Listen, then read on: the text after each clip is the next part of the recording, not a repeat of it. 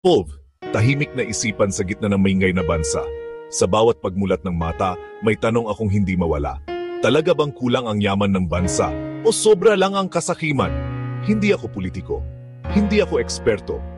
Isa lang akong Pilipino na nakatingin, nakikinig, at unti-unting nakakaramdam.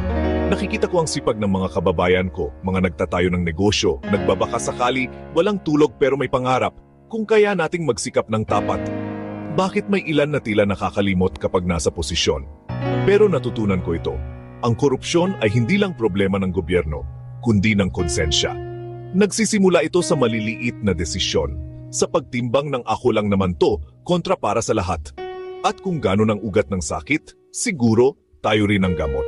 Hindi ko kayang baguhin ang mundo. Pero kaya kong ayusin ang sarili kong paraan ng pamumuhay.